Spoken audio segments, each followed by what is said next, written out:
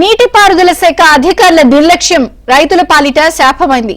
పరిస్థితిని అంచనా వేయడంలో విఫలం కావడంతో నాగార్జున సాగర్ ఎడమ కాలువకు గండిపడి 2000 ఎకరాల పంట పొలం నీట మునిగింది. సంబంధిత అధికారులపై చర్యలు తీసుకుని తమను ఆదుకోవాలని బాధిత రైతులు డిమాండ్ చేస్తున్నారు. వారంలోగా పరిస్థితిని చక్కబెట్టి రైతులకు నష్టపరిహారం చెల్లిస్తామని మంత్రి ఉత్తమ్ కుమార్ రెడ్డి హామీ ఇస్తున్న వేళ ఏం జరుగుతుందో చూడాలి.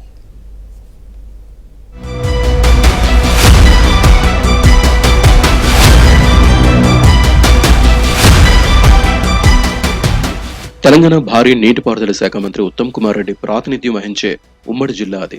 జిల్లా మంత్రిగా అన్ని ఆయనే చూసుకుంటున్నట్లు కనిపించిన అధికారుల నిర్లక్ష్యంతో ప్రభుత్వానికి చెడ్డ పేరొస్తోంది. భారీ వర్షాలు కురుస్తున్న వేళ నీటిపారుదల శాఖ అప్రమత్తంగా ఉండాల్సింది పోయి ఏమీ పట్టించుకోనట్లు వ్యవహరించింది. సూర్యాపేట జిల్లాలో సాగర్ ఎడమ కాలువకు గండిపడి రైతులు గగ్గోలు పెడుతున్నారు.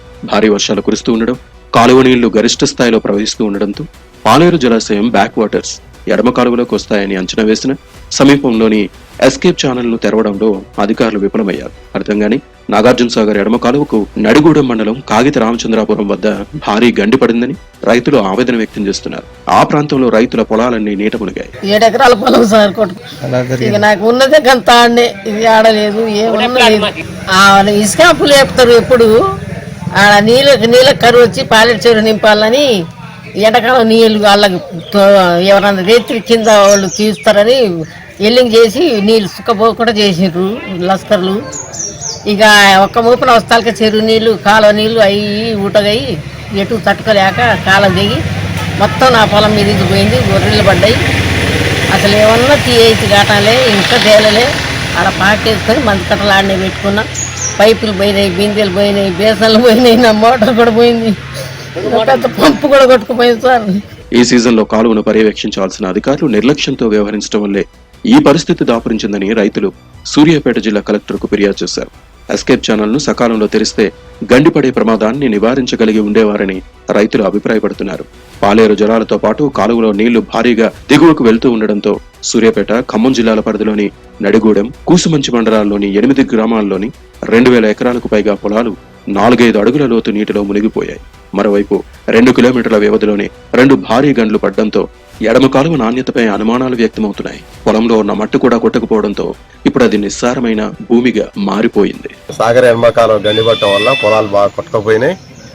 దాంతో పాటుగా పంట నష్టం జరిగింది. పంట నష్టంతో పాటుగా పొలంలో ఉన్న మట్టి కూడా కొట్టకపోయింది. మాకు చాలా నష్టం జరిగింది. నష్టపరిహారంతో పాటుగా మట్టి కొట్టపోయిన దానికి కూడా మాకు గవర్నమెంట్ నుంచి మాకు నష్టపరిహారం చెల్లించాలి.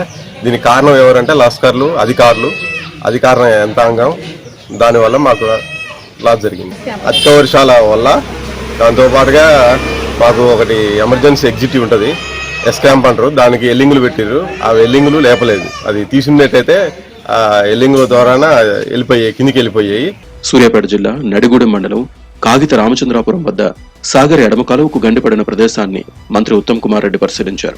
గండిని పూడ్చే పనులను యుద్ధ ప్రాతిపదికన చేపడతామని హామీ ఇచ్చారు. అదేవిధంగా మరమ్మతులు చేపడతామని, బాధిత రైతులను ఆదుకుంటామని ఆయన చెప్పారు. 2008లోనే సాగర్ కుడి ఎడమ కాలువల ఆధునీకరణ పనులు జరిగాయి. 2017లో పనులు పూర్తయినట్లు కేసీఆర్ ప్రభుత్వం ప్రకటించగా అవి పూర్తిగా నాసిరకంగా ఉన్నాయని రైతులు ఆరోపిస్తున్నారు.